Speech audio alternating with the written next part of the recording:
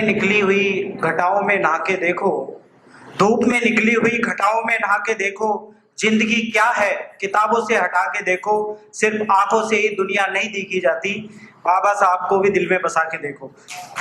इसी क्रम में मैं वक्ताओं के क्रम में आमंत्रित कर रहा हूँ प्रोफेसर डॉक्टर तस्नीम पटेल, जो महाराष्ट्र से है, जिनके कर कमलों से उद्घाटन हुआ है, ऐसे जयप्रकाश कदम जी, लोटन जी, मंच के सभी पदाधिकारी जिन्होंने मुझे आमंत्रित किया, वो पंकज जी। अब मैं मध्य युग के कवि तो नहीं हूँ कि बिहारी तो नहीं हूँ कि गागर में सागर भर दूँ 5 मिनट में। जितना बन सकता है उतना तो बोलूँगी। आप महाराष्ट्र से मैं 20 घंटे लगा कर आइए और आप 5 मिनट में भगाओगे, ये तो कुछ न्याय संगत बात नहीं हुई।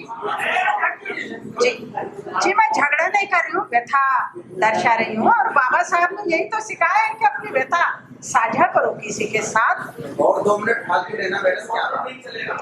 धन्यवाद। 2 मिनट फालतू दीजिए जी धन्यवाद जी।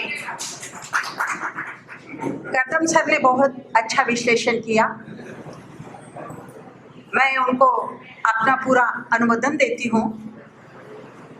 इसके बाद अभी एक भाई ने जो कहा कि अपनी व्यथाओं से लड़ना सीखो, किसी पर अंगुली उठाना न सीखो। मैंने कबीर से एक बात जिंदगी में सीखी है कि तू कहता कागज की लेखी, मैं कहती आंख देखी। मेरी जिंदगी आंख देखी है। मैं कबीर को अपना गुरु मानती हूँ। बाबा साहब ने भी कबीर को अपना गुरु माना था। क्यों माना था? इसी कारण माना होगा। मैं आपको ये बता दूं कि आज से 50 साल पूर्व, कदम सर मैं आपको स्पष्ट कर दूं, मैं नांदेड़ में आपको पीपल्स कॉलेज में बुलाने वाली थी। आपकी बहुत अच्छी स्त्री विषयक कविताएं मैंने पढ़ी थी और पीजी के छात्रों को मैं पढ़ाती थी, मगर आप नहीं आ पाए। तब आप बहुत हाई कमांड कोई बड़े अफसर थे, समय नहीं मिला होगा। खैर अब मिलने का योग था, वो मैं पूरा कर लेती हूँ, भले 5 मिनट आपने लोटन जी मुझे दिया है। तो मेरा ये कहना है कि मैं डॉक्टर तस्नीम पटेल एक बहुत छोटे से गांव से, जिसमें 200 बस्ती, वो भी आदिवासी लोगों की, मुस्लिम के घर न के समान। सारे जन आंदोलन की बातें तो होती हैं, मगर उसमें मुस्लिम स्त्री और मुस्लिम परिवेश की कोई बात नहीं होती। बीच में एक अच्छा माहौल बना था कि मुस्लिम विमर्श पे भी बातें चली थी, दलित विमर्श के साथ। पता नहीं क्या आघात हुआ और मुस्लिम विमर्श सदा के लिए पटल से गायब हो गया। पंकज जी ने मेरी किताब पढ़ी और एक भोर में मुझे दूरभाष पे ये कहा कि बहना, हमने आपकी किताब पढ़ी है और आपको आना है। हमने झट से कहा, किसी ने तो किताब पढ़ी, आजकल पढ़ता कौन है भाई? सुनने पर दुनिया चल रही है, पढ़ता कोई नहीं है। मगर पंकज भाई पढ़े हमारी किताब 416 पृष्ठों की, और उनके कहने पे मैं यहाँ तक आ गई। मैं आपको ये बताना चाहती हूँ कि मैं तस्नीम पटेल छोटे से देहात में पैदा हुई।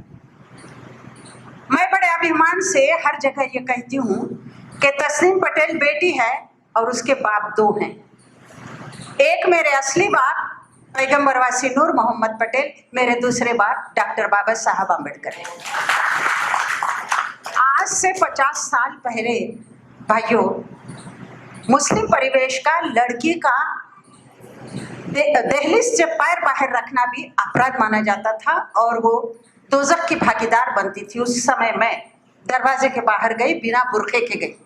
छोटी थी तब बुरखे की आवश्यकता उम्र के साथ बढ़ती गई, मगर मैं यही कहती गई जातिवादी लोगों से कि मैं इस देश की बेटी हूँ और संविधान और कुरान पर मेरा भरोसा है, इसलिए मैं किसी की बात सुनने वाली नहीं।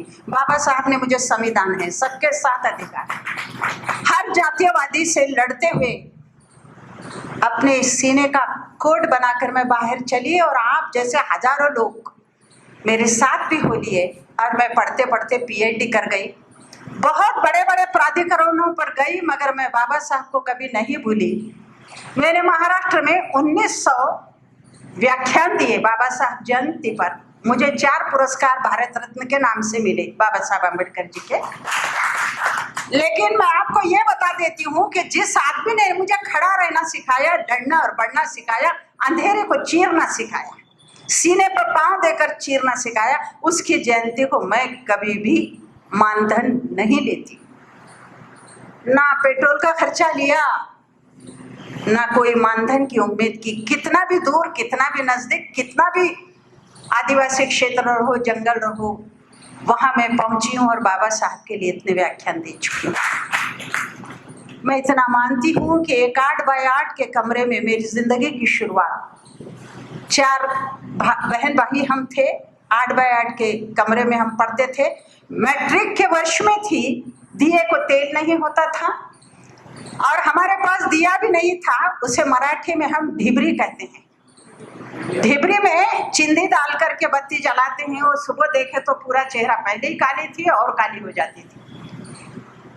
आधी रात में ढिबरी का तेल जब जवाब देने लगता था, मेरी माँ टीबी पेशेंट थी, कुपोषण के अभाव में अपने पेट से मुझे लगाए रखती थी और कहती थी कि बैठी रहो, मुझे तकिया समझ कर और पढ़ती रहो। उस्ताद ने जो जो पढ़ाया वो याद करो और परीक्षा में वही आ जाएगा सुबह को और तुम बहुत कामयाब बनोगी। मैं जरा भी झूठ नहीं बोल रही हूँ। ढिबरी आवाज देती थी मगर मेरी माँ मुझे सोने नहीं देती, सुबह हो जाती थी। 12 बजे परीक्षा को मैं जाती थी। सच में माँ जैसा कहती थी, मैंने जो किया, मैंने गाइड नहीं देखा, ट्यूशन नहीं देखी, टेक्स्ट बुक भी नहीं देखी सर, मगर उस समय 1972 में मैं बिना किताब की बालिका तस्नीम पटेल प्रथम श्रेणी में पास। ये बाबा साहब की देन है। बाबा साहब मेरे आदर्श हैं। बाबा साहब के पास आप जैसे ही मनुष्य गए, एक अपने पुत्र को छोटे से लेके 10 साल के, और उनसे कहा बाबा तुमसे मिलवाने लाया हूँ। बाबा उस समय आखिरी दिनों में चल रहे थे, वो उठ नहीं पा रहे थे। उन्होंने उस छात्र को देखकर, उस लड़के को देखकर उस बूढ़े से, उस नाना जी से कहा कि आप इसे क्या बनाना चाहते हैं? नाना ने कहा मैं इसे बाबा साहब अम्बेडकर बनाना चाहता हूँ। बाबा साहब ने कहा, उठ नहीं पा रहे थे, सहारे से उठकर बैठे और उन्होंने अपनी बनियान हटाकर उस बूढ़े नाना को बताया, ये बाबा साहब है जिनको पीठ पर घट्टे पड़ गए थे। 18-18, 20-20 घंटे कड़े परिश्रम के बाद बाबा साहब दुनिया में करोड़ों के बाद एक बाबा साहब पैदा होता है। बाबा साहब बार बार नहीं पैदा। मैं इतनी ही अपनी जिंदगी में एक गांठ लेकर चली हूँ कि बाबा साहब तो बार बार आने वाले नहीं, बाबा साहब पैदा होने वाले नहीं, लेकिन बाबा साहब ने दिखाए हुए मार्ग पर चलना। कितने अच्छे अच्छे विचार हैं। राष्ट्र पहला, बाबा साहब बाद में। मैं तमाम मुस्लिम भाइयों से भी ये कहती हूँ, सीखो बाबा साहब से। काश हमारे समाज को बाबा साहब एक मिल गए होते तो हमारा विभाजन ही नहीं होता, पाकिस्तान अलग ही नहीं बनता। सबसे बड़ा दुर्दैव मुस्लिम समाज का ये है कि काश बाबा साहब अब तो भी एक बार मुस्लिम समाज में आ जाए और हमारी अकल का जो ताला लगा है वो एक बार खुल जाए, इतनी ही प्रार्थना करती।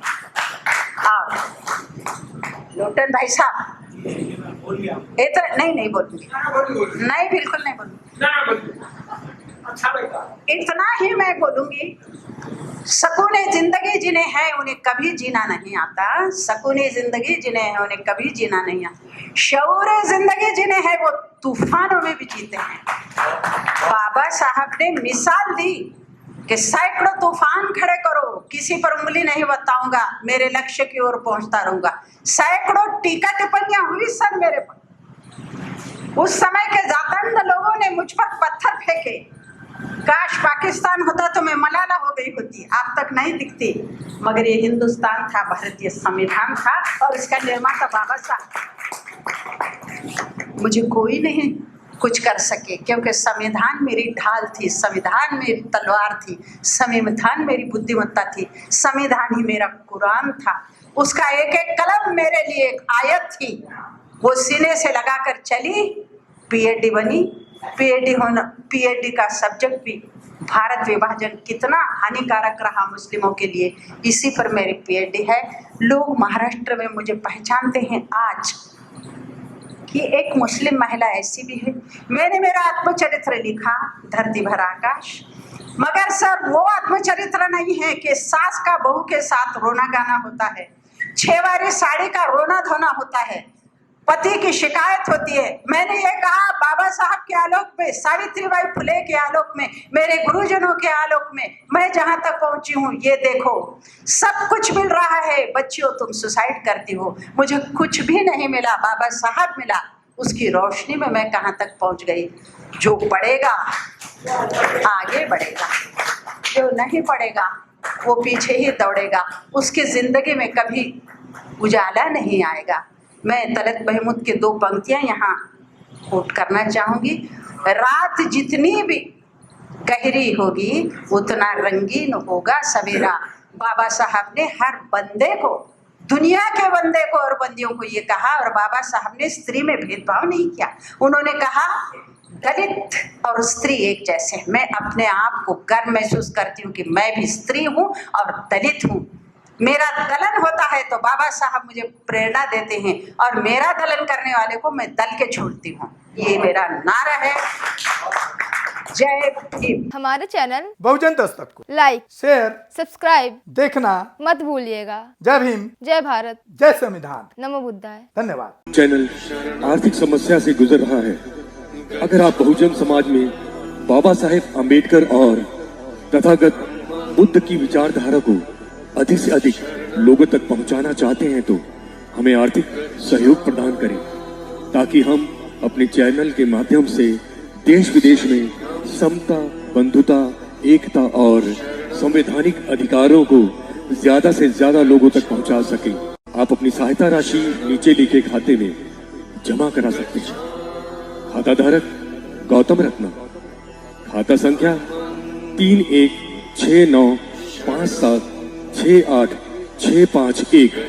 IFSC कोड SBIN 0060336, बैंक भारतीय स्टेट बैंक। आप हमारे बैंक खाते का विवरण स्क्रीन पर भी देख सकते हैं। जय भीम, जय भीम। मैं गौतम रत्ना आपका बहुजन फिल्म प्रोडक्शन में स्वागत करता हूं, और आप हमारे प्रोडक्शन हाउस के अंदर अपना कैरियर बना सकते हैं as a film director, as a producer and actor and actress and editor and cinematographer also. अगर आपको फिल्म से रिलेटेड कुछ भी प्रोजेक्ट आपको बनवाना है तो हमारे पास में पूरा सेटअप है, जिसमें फिल्म कैमरा है, शूटिंग लाइट्स है और एडिटिंग है।